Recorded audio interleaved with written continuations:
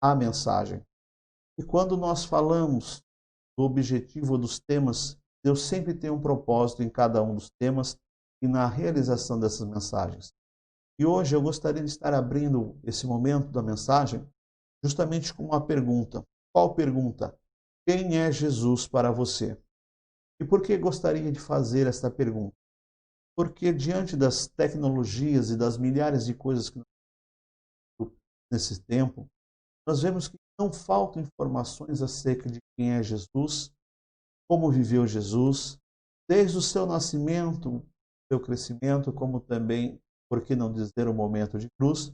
Nós temos uma ciência, nós temos uma filosofia, nós temos apontamentos, nós temos ideias para transmitir um pensamento, uma crença e principalmente uma experiência e, por que não dizer, um determinado momento. Mas, o curioso, e por que nós escolhemos esse tema para falar com você nesta tarde acerca de quem é Jesus? É para que você perceba que existem várias razões e vários modos de atuações, principalmente que nós temos a opção de participar.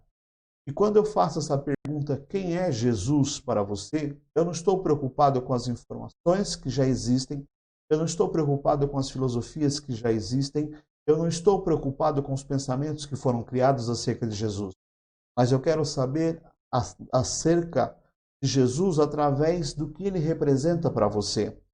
Porque a partir do momento que nós damos importância ou fazemos referência de Jesus para as nossas vidas, é o instante em que nós começamos a nos comportar de forma diferenciada.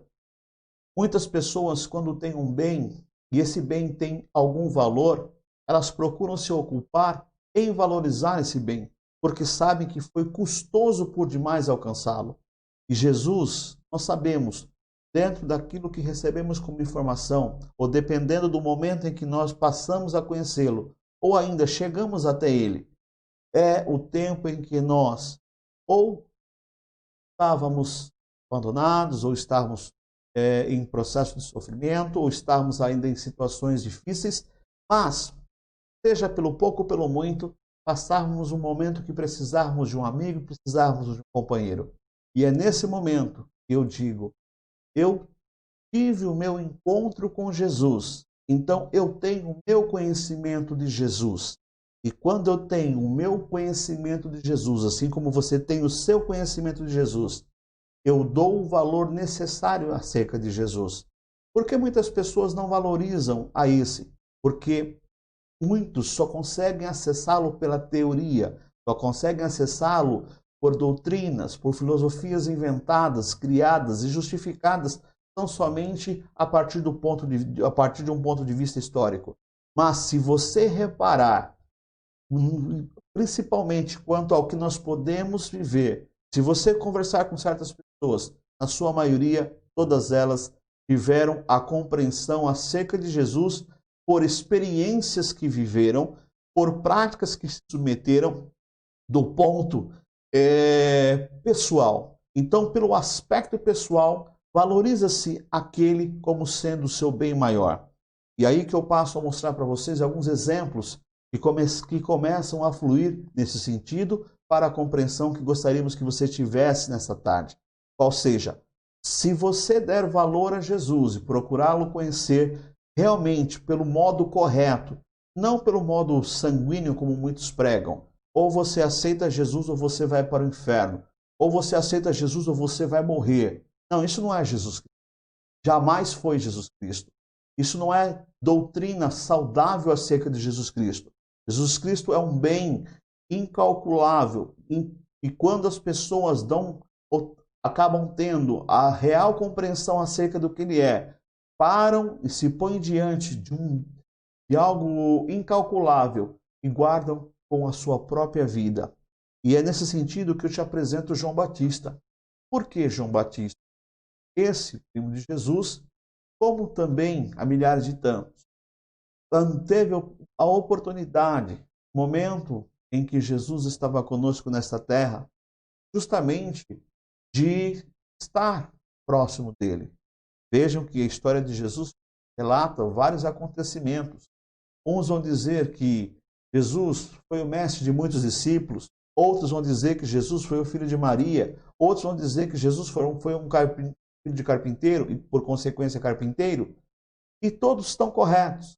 Mas João Batista, como também se nominou, ele diz, olha, eu sou aquele que prepara o caminho de alguém que é muito maior do que eu, e ele terá justamente uma missão. Qual a missão?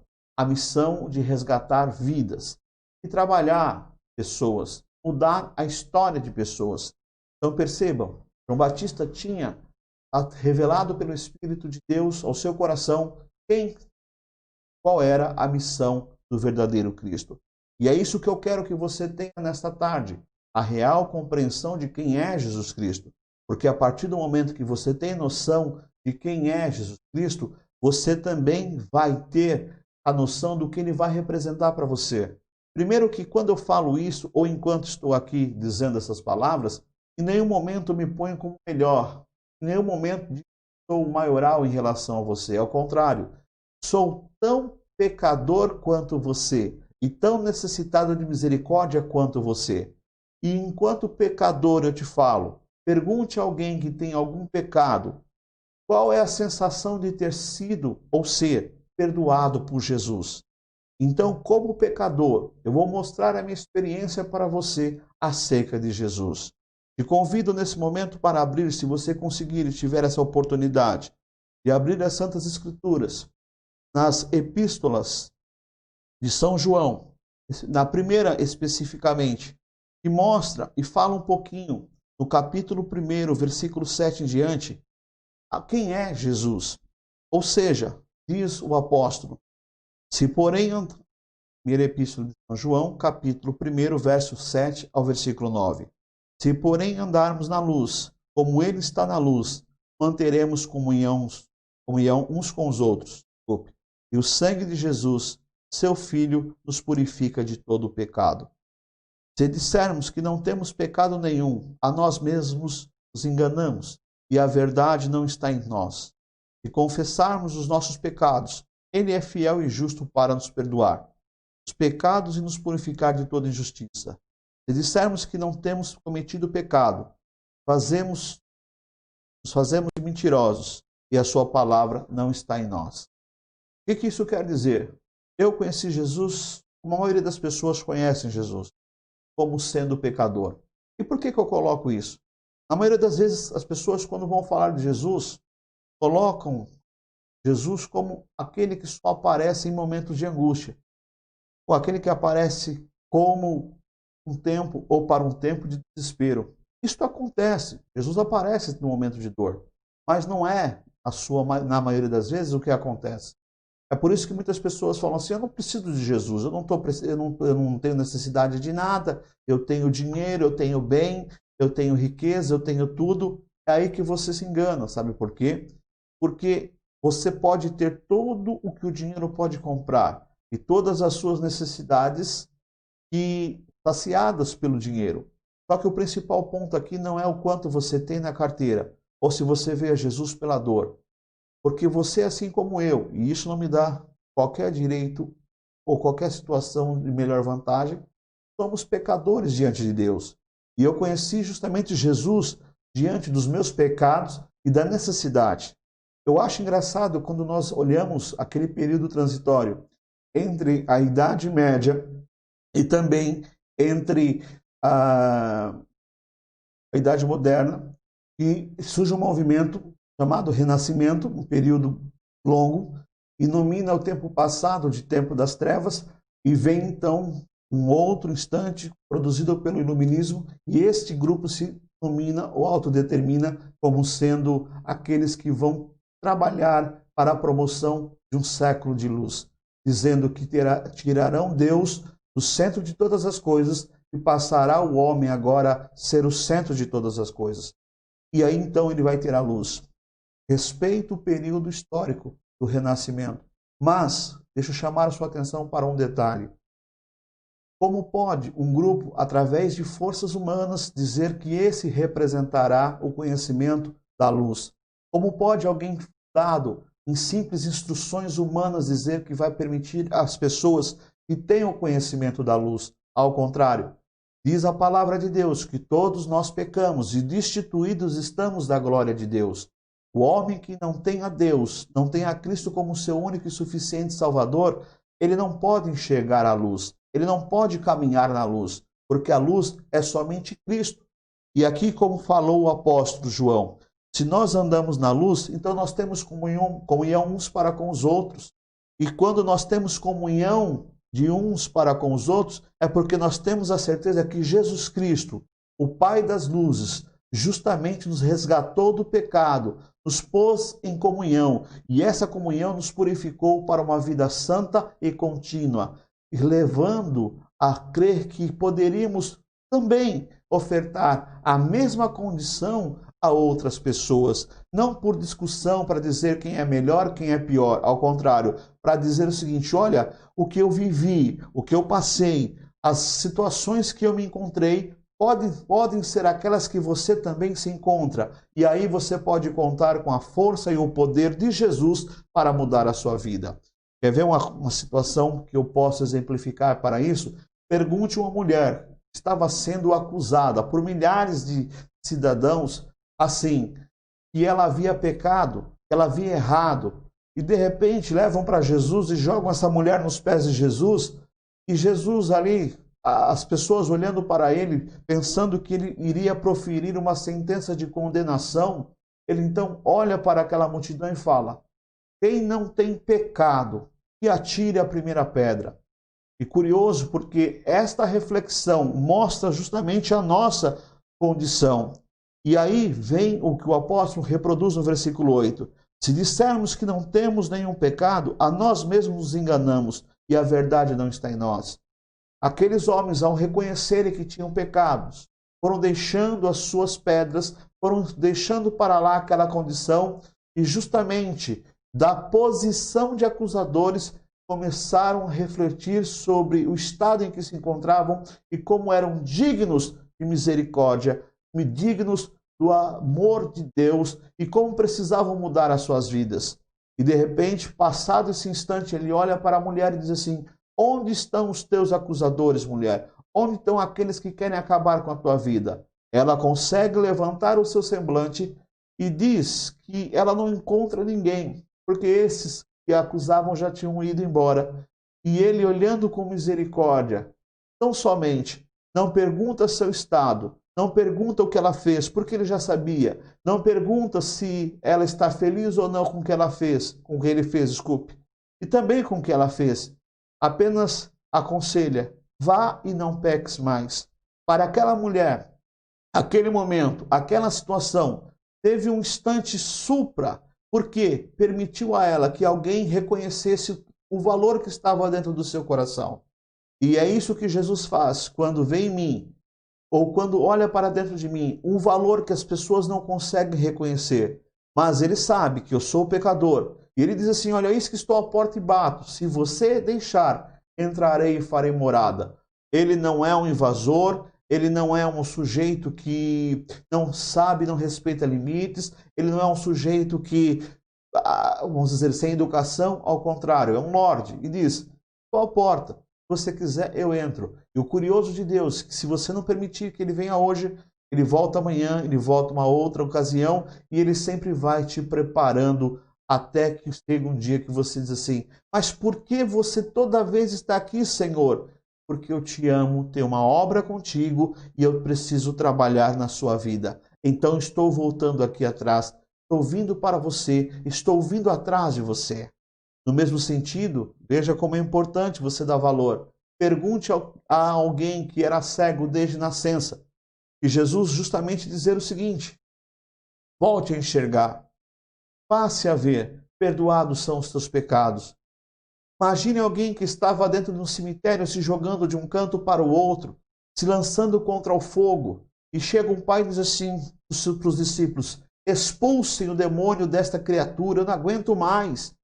Eu não aguento mais o que está acontecendo com ele. Quantos pais nesta hora estão aí onde se encontram justamente com os filhos tomados pelo vício, tomado pelas drogas, tomado por uma série de situações, e todas essas situações com o único propósito de destruir as suas vidas. E a gente ainda está discutindo, não digo todos, mas alguns em cima de púlpitos, quem é mais importante, quem é que veste o terno mais bonito, quem é que tem o anel mais precioso, o carro mais valorizado. É o carro quem é a pessoa que tem uma casa mais bonita. O que eu fico muito importante, ou melhor, o que eu fico muito feliz, me sinto importante, é justamente pertencer a uma igreja, a um ministério, e que não está preocupado com essas coisas supérfluas, porque bens são resultado de bênçãos, sim, mas muito além disso tudo, nós temos aqui que nos preocupar com vidas. E não é terno, não é carro, não é anel, não é posição, não é instrução, nada disso opera a salvação.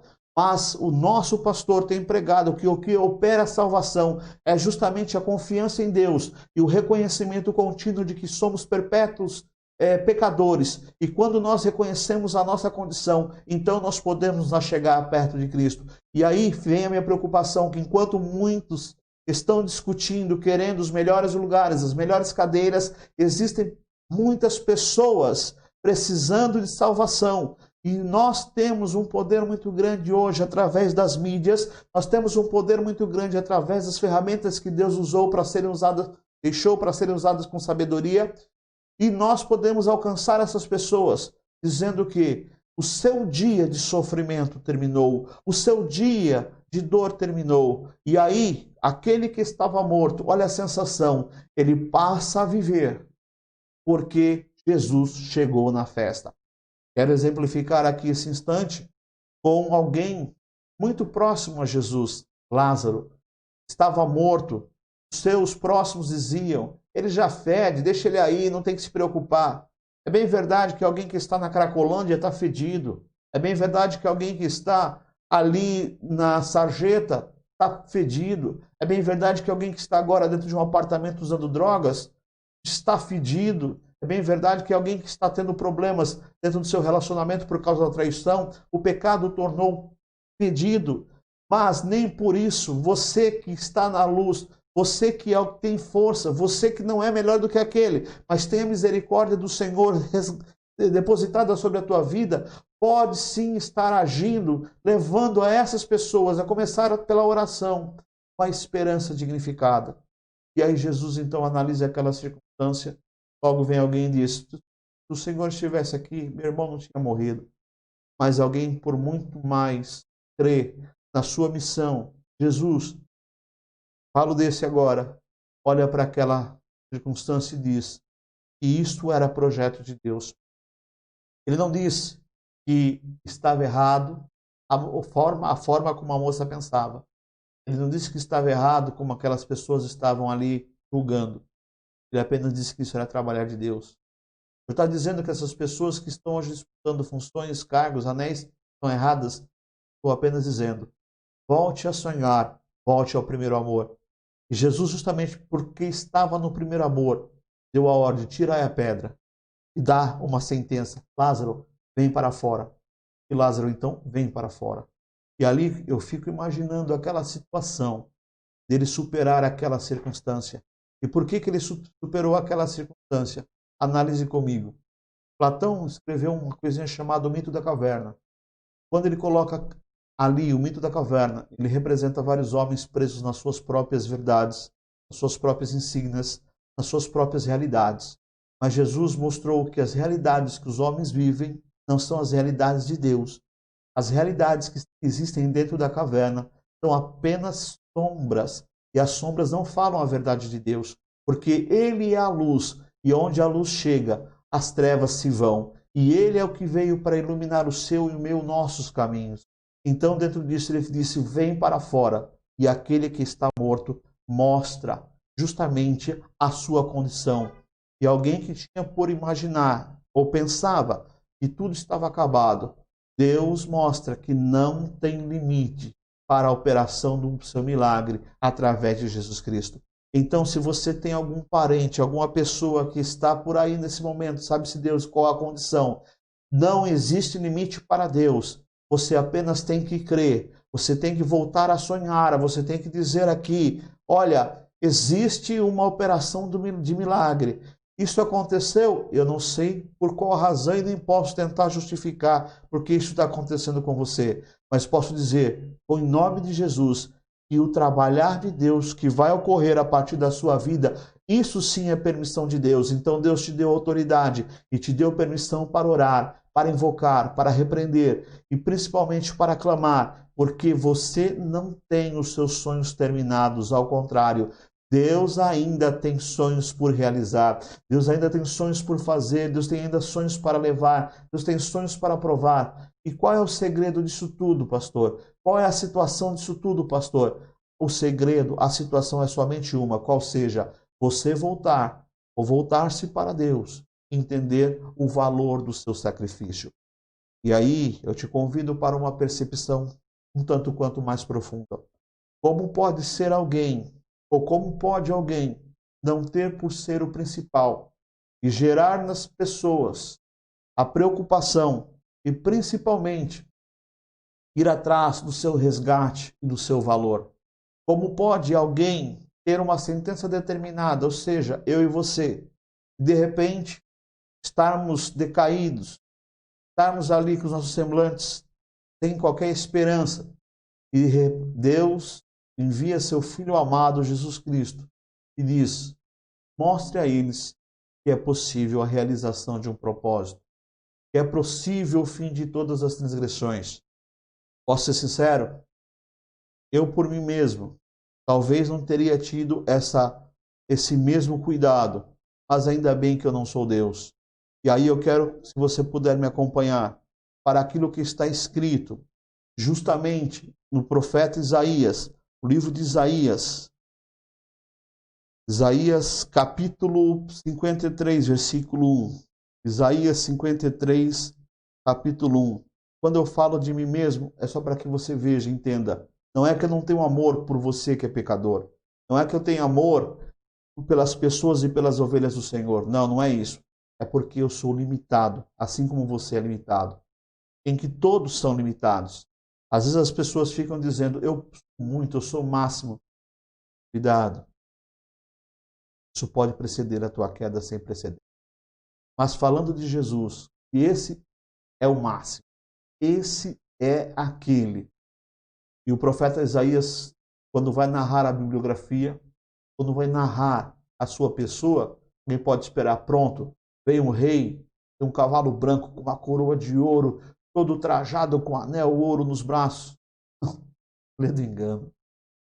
Vem um sujeito simples, reconhecendo a condição humana, sabendo o que os humanos passam, sofrendo por mim e por você, e vem justamente mostrar que é possível nós termos uma conduta diferenciada.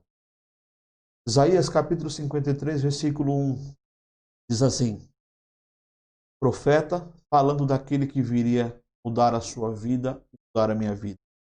Quem escreveu em nossa pregação, quem creu em nossa pregação, e quem foi revelado o braço do Senhor, porque foi subindo como renovo perante ele, e como raiz deu uma terra seca, não tinha aparência nem formosura. Olhámo-lo, mas nenhuma beleza havia que nos agradasse. Era desprezado, e o mais rejeitado entre os homens, homem de dores, e que sabe o que é padecer. E como um de quem os homens escondem o rosto, era desprezado, e dele não fizemos caso. Certamente, ele tomou sobre si as nossas enfermidades e as nossas dores, levou sobre si. E nós o reputávamos por aflito, ferido de Deus e oprimido.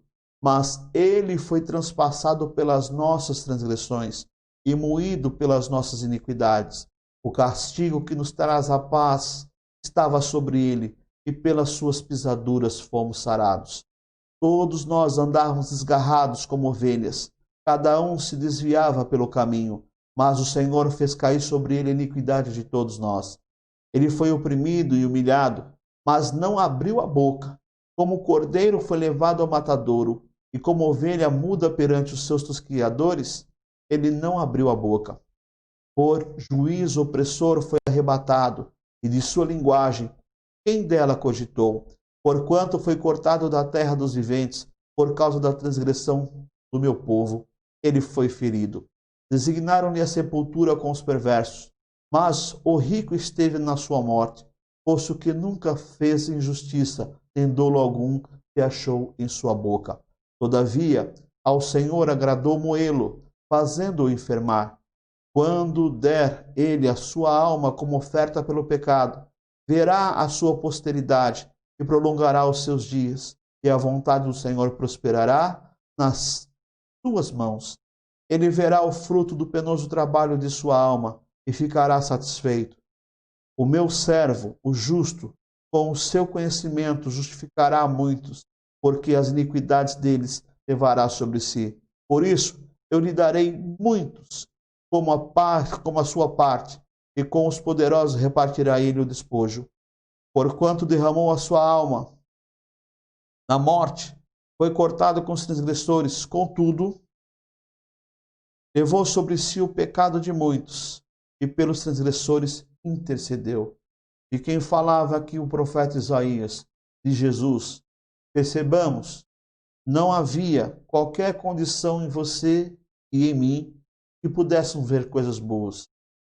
Alguém pode dizer assim, ele foi morto, foi abandonado pelo próprio Pai. Eu digo ao contrário, ele foi possibilitado, ou a ele foi possibilitado viver uma experiência de misericórdia para com o próximo.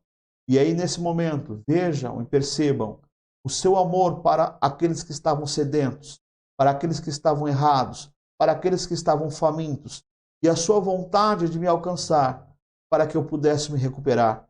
Porque eu estava, e se eu estivesse na mesma condição, abandonado à minha própria sorte, provavelmente nós não estaríamos aqui tendo esta conversa. Mas ele mostrou a mim, ele mostrou a você, como nós podemos viver sem medo. Ele mostrou a você, mostrou a mim, qual a chance de nós transformarmos medo e pavor em convicção e confiança. Quais são os segredos de nós ensinarmos e aprendermos a sua felicidade. Às vezes, repito algo que é muito semelhante a um erro muito comum. Quanto mais querem os homens em relação aos bens financeiros, eles desejam continuar alcançando. Mas, preste bem atenção, você não está errado em querer ter uma vida ou uma condição melhor, mas você não pode deixar que isso seja a condução da sua própria certeza. Você não pode deixar que isso seja o único caminho para a sua certeza. Ao contrário, você tem mais, você precisa de mais do que simplesmente bens materiais. Tudo isso, vejam, Paulo disse, não vale a pena. Ele, sendo considerado como o principal filósofo, propagador da filosofia cristã, destacou um trecho muito interessante do seu ministério, para que servisse de reflexão a você, a mim, mostrando que todo pensamento, se não tiver Jesus na direção, ele se torna vazio e pobre. Ele falou, tudo que sou, tudo que tenho, considero como esterco para poder agradar o meu Senhor. Se alguém que foi um dos maiores propagadores da filosofia dentro do seu tempo, diz que tudo que era, o que havia conhecido e recepcionado em fruto do seu trabalho e das suas experiências, era considerado como esterco, eu digo, tá aí, esse camarada é um exemplo para eu pensar e seguir. Sabe por quê? Porque, com certeza, ele está valorizando o sacrifício de Jesus Cristo. É por isso que Paulo escreve assim, olha, sede meus imitadores, como eu sou imitador de Cristo. E por que ele traz tão forte uma afirmação que parece uma agonia? Porque nós temos tudo o que poderemos conviver ou ter aqui na terra, ou poderemos vir a ter aqui nessa terra. Mas se ainda não tivermos Jesus, alguma coisa vai ficar faltando. E se alguma coisa ficar faltando, o que adianta ganharmos o mundo e perdermos a salvação? É por isso que Jesus escreveu, ou melhor, é por isso que o apóstolo, em qual apóstolo, pastor? O apóstolo São Mateus escreveu, nas suas compreensões, algo de extrema necessidade para você e para mim. Abra sua Bíblia, por favor, no livro de São Mateus, capítulo 5, versículo 1 ao versículo 16. São Mateus, capítulo 5, versículo 1 ao versículo 5. Veja se isso não é um novo uma nova forma de viver. Ele mostra, Jesus, claro, estou me falando dele, Paulo, por isso que disse que era seu imitador. Ele mostra uma nova forma de você encontrar a felicidade. Depois de ter reconhecido que somos pecadores, Jesus tem prazer em mostrar que a felicidade não está naquilo que você acha que está, mas a felicidade está em outros parâmetros. E somente Ele pode te direcionar para esse parâmetro. Sermão do Monte é o título dessa passagem. Mateus capítulo 5, versículo 1. A começar. Vendo Jesus as multidões, subiu ao monte, e como se assentasse, aproximaram-se dele os seus discípulos. E ele passou a ensiná-los, dizendo: Bem-aventurados, em outras palavras, em outras versões diz assim, felizes. Eu vou fazer questão de usar essa expressão, felizes. Felizes os humildes de espírito, porque deles é o reino dos céus. Felizes os que choram, porque eles serão consolados. Felizes os mansos, porque herdarão a terra. Felizes os que têm fome e sede de justiça, porque serão fartos. Felizes os misericordiosos, porque alcançarão a misericórdia. Felizes os limpos de coração, porque verão a Deus. Felizes os pacificadores, porque serão chamados filhos de Deus. Felizes os perseguidos por causa da justiça, porque deles é o reino dos céus. Felizes sois quando, por minha causa, vos injuriarem e vos perseguirem, e mentindo disserem todo mal contra vós. Regozijai-vos, exultai, porque é grande o vosso galardão nos céus, pois assim perseguiram os profetas que viveram antes de vós. Putz, só que eu já tenho uma outra interpretação da vida. Alguém pergunta qual o caminho da felicidade? Basta você ler o Evangelho de São Mateus que você vai entender o que é sinônimo, quais são os caminhos da felicidade. Se você não sabia quais são os caminhos da felicidade, provavelmente é porque não tenha lido ou se leu, não prestou atenção. Ou ainda não havia compreendido, o que até entendo como sendo possível. Porque quando nós estamos no nosso espírito de altivez, às vezes nós não conseguimos entender a verdade. Eu já também passei por um processo semelhante. Tinha acesso à teoria, mas não tinha acesso à verdade. Quando nós não temos acesso à verdade de coração limpo, com toda a humildade possível e necessária, nós não compreendemos o sentido da verdade. É por isso que eu presto atenção. E alguém vai dizer, isso te fez crescer exatamente em qual condição? Te fez melhorar exatamente no quê? Quando tudo isso me foi passado e me foi aqui colocado como exemplo ou situação, aquilo que está no versículo 12, poderão existir pessoas que vão tentar te entristecer pela sua fé, vão querer bater em você pela sua fé, vão querer te perseguir pela tua fé. Só que preste atenção, primeiro eu quero dizer quem você é, Jesus. E aí que nessa situação nós continuamos a leitura a partir do livro de São Mateus, capítulo 5, versículo 13, 14, 15 e 16. Vós sois o sal da terra. Ora, se o sal vier a ser insípido, como lhe restaurar o sabor? Para nada mais presta senão para ser lançado fora e pisado pelos homens. Vós sois a luz do mundo. Não se pode esconder a cidade edificada sobre o monte. Nem se acende uma candeia para colocá-la debaixo do alqueire, mas no velador, e alumia a todos os que se encontram na casa. Assim, brilhe também a vossa luz diante dos homens, para que vejam as vossas boas obras e glorifiquem o vosso Pai que está nos céus. O que Jesus disse aqui? Vós sois, primeiro, o sal do mundo, sal da terra. Quer dizer, eu vim para marcar a minha geração. Eu vim para dar sabor àquilo que estava perdido. Mas depois que eu encontrei Jesus e entendi o seu propósito. Porque tudo isso não é para eu me sentir grande, gigante ou ainda melhor do que você. Mas é para que eu possa usar a minha vida através das boas obras para glorificar o nome do Pai. É aí que nós compreendemos, não vivo eu, mas Cristo vai viver em mim. Cristo vive em mim. Eu sou o templo e morada do Espírito Santo de Deus. Depois, vós sois a luz do mundo. Então, por aí você já tem uma outra característica. Não é de fora para dentro que virá, mas de dentro para fora que virá ou verão a sua importância. Você pode estar comido pelo pecado ou pelo tempo, acabado pelas drogas ou pelas violências, mas ainda dentro de ti tem uma luz. E a sua luz, a sua vida servirá para brilhar as boas obras de Deus e principalmente para glorificar o Espírito Santo através da sua vida. Portanto, a partir do momento que o Senhor começa a te usar e você começa a ser então glorificado como uma cidade iluminada, você vai para a condição que Deus quer te colocar. Mas lembrando, para fazer com que as suas boas obras glorifiquem ao nome do Senhor.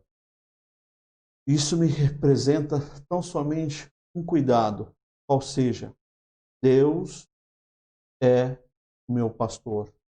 Jesus Cristo é o meu pastor. Como é que eu posso conhecer Jesus nesta tarde? Eu digo, conheça Jesus como pastor que dá a vida pelas ovelhas. Conheça Jesus como seu amigo. Quem é Jesus? Eu digo, ele para mim é o fiel pastor, porque ele foi me buscar, resolveu me trazer. Por isso eu fico com aquilo que está escrito no Evangelho de São João, capítulo 10, versículo 9 e seguinte. O que seja.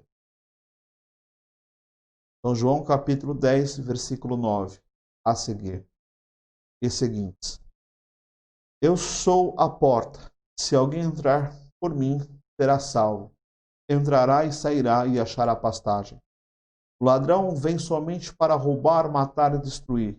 Eu vim para que tenham vida e a tenham em abundância. Eu sou o bom pastor, o bom pastor que dá a vida pelas ovelhas. O mercenário não é pastor, a quem não pertence as ovelhas. Vê vir o lobo, abandona as ovelhas e foge. Então o lobo as arrebenta e dispersa. O mercenário foge porque o mercenário não tem cuidado para com as ovelhas. Eu sou o bom pastor, conheço as minhas ovelhas e elas conhecem a mim. Assim como o Pai me conhece a mim e eu conheço o Pai, dou a minha vida pelas ovelhas. Veja, Jesus diz, eu dou a minha vida pelas ovelhas. Será que não é o momento de você parar e pensar assim, o que eu estou fazendo dos meus dias? O que eu estou fazendo da minha vida? O que eu estou gerando? O que eu estou querendo? Onde estou querendo chegar? Sinceridade. Cuidado. Volta para Jesus. Vem para Jesus. Ele está à tua procura. Versículo 17 ao versículo 18, seguinte. E principalmente o 16, eu acho que é para você, como foi um dia para mim. Ainda tenho outras ovelhas, não deixe aprisco. A mim convém conduzi-las. Elas ouvirão minha voz, então haverá um rebanho e um pastor. Por isso, o Pai me ama, porque eu dou a minha vida para a reassumir. Ninguém a tira de mim, pelo contrário, eu espontaneamente a dou. Tenho autoridade para entregar e também para reavê-la. Este mandato eu recebi do meu Pai. Com outras palavras, Deus permitiu que seu filho viesse. Mas ele diz, se você for, nós temos um trato. Estou todo o poder na terra e no céu para você. E eis que diante dessa situação, o maior poder que eu te dou é fazer com que a tua missão tenha uma outra reflexão e uma outra análise. Enquanto muitos não valorizam aquele pequenininho, aquela pequenininha, aquele pecador, aquele rapaz lá na Cracolândia, aquele cara lá no bar, ali na boca de tráfico, aquela pessoa que está ali perambulando pela rua, se você fizer seu sacrifício vai alcançá-lo. E aí você tem a chave da vida e da morte. E o inferno não vai poder. E olha que interessante. Quando Jesus diz, então o inferno também já sabia qual seria a sentença que Jesus traria para a sua e para a minha vida. Que alguém que venceu a morte pode gerar vidas. Alguém que venceu todos os medos pode trazer novidade, então, por favor, não se sinta desprezado, não se sinta abandonado, não se sinta deixado. Ao contrário, Jesus te ama. Jesus quer. Jesus tem cuidado de ti. Ele tem o conhecimento ao seu respeito e aquilo que você está vivendo. Portanto, nesse momento, você volte aos braços do Pai, porque Ele te ama. Ele quer que você volte ao aprisco o mais rápido possível. Supere a sua condição de orgulho, de achar que não precisa, suficiência, dizendo estou muito bem como estou. Bem, eu tenho a te dizer, os dias são maus. Haja enquanto é tempo. Haja enquanto é luz. Saúdos, irmãos com a paz.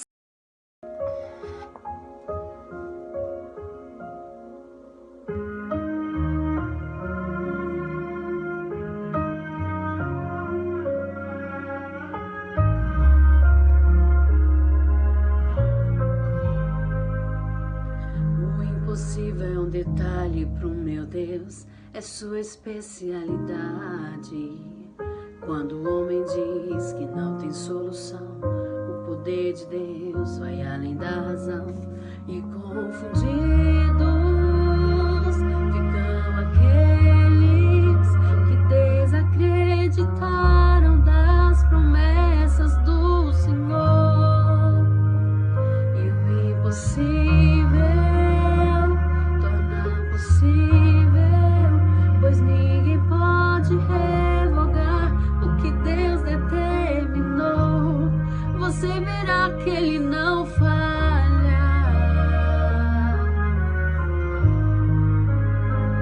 Levante as mãos para receber milagres.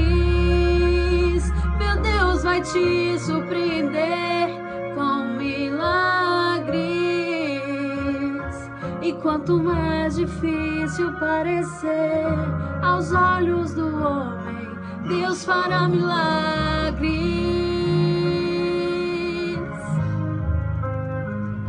Nesse problema, Deus já decretou milagres. Não se preocupe, você vai viver milagres. A sua história vai ser conhecida em qualquer lugar como uma história de milagres.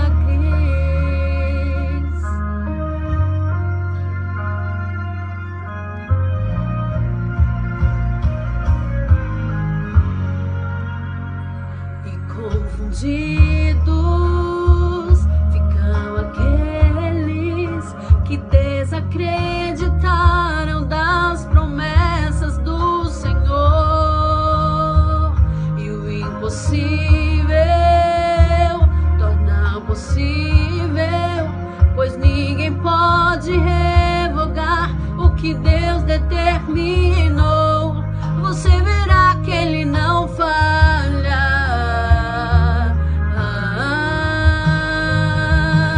Levante as mãos para receber milagres. Meu Deus vai te surpreender com milagres.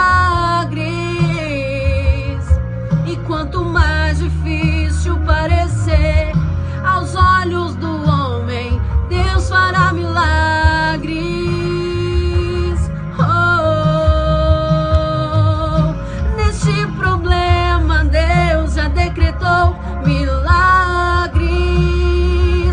Não se preocupe, você vai viver milagres. A tua história vai ser conhecida em qualquer lugar como uma história de milagres.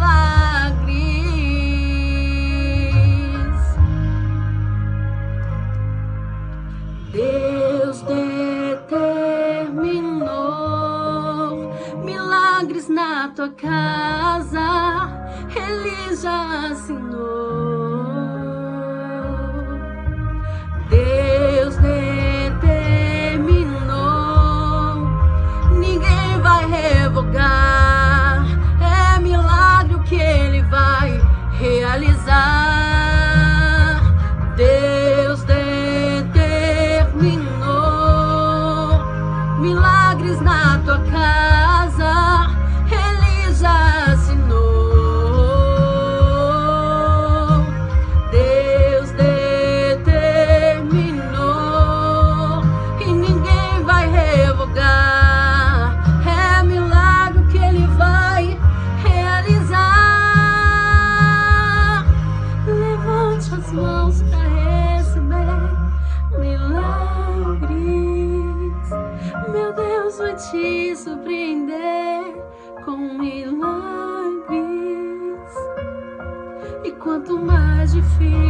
parecer aos olhos do homem, Deus fará milagres.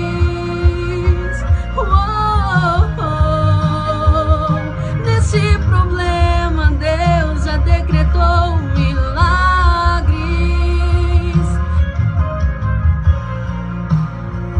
Com milagres a tua história vai ser conhecida em qualquer lugar como uma história de milagres.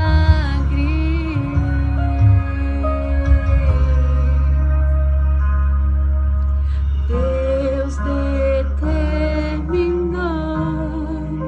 milagres em tua casa, Ele já assinou.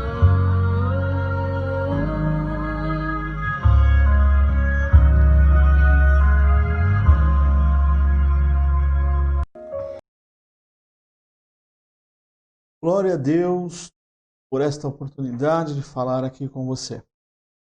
Como nossa irmã já cantou maravilhosamente bem, agradeço a irmã Deise, agradeço a Thalita que permitiu trabalhar o material delas. Deus já determinou milagres. Que esse louvor possa alcançá-lo e que você possa aqui entender uma condição além da nossa humana nos leva para perto de Deus. O fato de ser todos pecadores. E por esse fato, eu digo que é o principal, não podemos afastar de Jesus, ao contrário, estamos de Jesus. Eu gostaria nesse momento de fazer uma oração por todos os pedidos que estamos recebendo. Ainda dá tempo de você escrever aí no teu material as orações que você precisa. As pessoas que foram clamando junto com a gente, orando, na exposição justamente deste momento tão importante, eu já saúdo, apresento a todos, mas principalmente do Pai e do Filho, que permitiu sermos momento nesta tarde para a sua vida, para engrandecer. Que você possa ouvir e sentir o abraço. Se Ele determinou um milagre, nós vamos orar pelo milagre. Pastor, o senhor vai ser o canal do milagre? Canal, sim. Aquele que faz o milagre, não. Somente ao Senhor toda a honra e toda a glória. Somente ao Senhor todo o poder e toda a bênção. Então vem do céu a resposta para isso. Porque eu coloco e falo desta forma, para não tomar para mim a honra que é de Deus, a glória que é de Deus. A mim apenas se compete. A mim somente tenho a chance de ser um canal de bênção. É a mesma chance que Deus me deu aqui nesse momento agora. Você tem aí na sua comunidade, na sua casa, na sua cidade, aonde você encontrar ou se encontrar uma pessoa necessitada de uma palavra, por favor, fale de Jesus. Senhor Jesus, aqui não poderíamos transmitir nada do que aconteceu aqui se não fosse pela tua permissão. Mas eu peço encarecidamente que o milagre possa ocorrer na vida deste irmão, desta irmã, a ponto, Senhor, dele viver um novo tempo para ele e para a sua casa. Senhor, que os céus nesse momento festejem aqui a alegria de vivermos a bênção de Deus e a lembrança através de Cristo.